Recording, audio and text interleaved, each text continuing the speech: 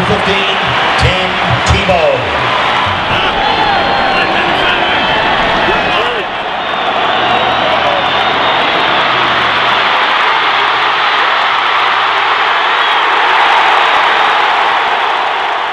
When the 2007 college football season began, Tim Tebow was getting more hype than Hannah Montana. It was ridiculous, really, and yet somehow he managed to overachieve.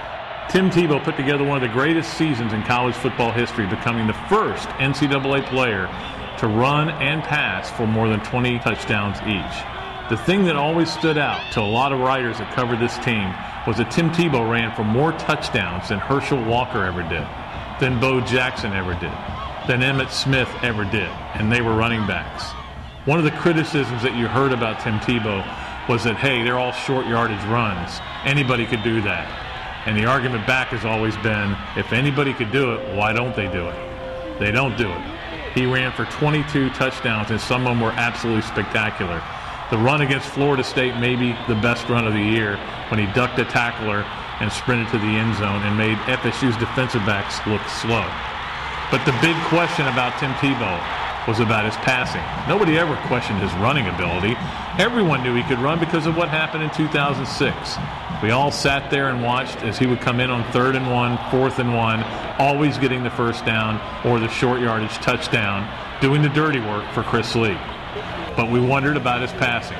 Even though he had thrown for 10,000 yards at Nice High School, it still was a question mark because people had not seen it at the college level. Oh, occasionally there would be a touchdown pass. You remember the long one to Lewis Murphy against LSU and the double-clutching basketball-style pass down in the other end zone to Tate Casey. But for the most part, that was a question. Could Tim Tebow pass?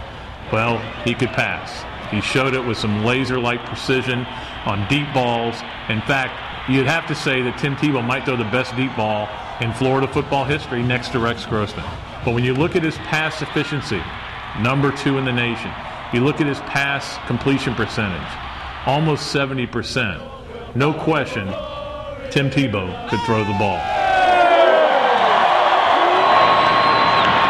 The season was littered with losses. There was certainly a difficult loss to Auburn when Florida could not get its offense going. In fact, playing maybe its only bad half of the season on offense. But there was Tebow leading Florida right back to have a chance to win again. Just fell short 20-17. There was a loss at LSU when Tebow put on a show and LSU fans were telling Sun sports writers after the game, we don't want any more of Tebow. We hope we don't see him in the SEC title game. And then, of course, the difficult loss to Georgia when Tebow was playing with a contusion in his shoulder and could not run the ball. It cost Florida, and it cost Florida the SEC and a possible national championship.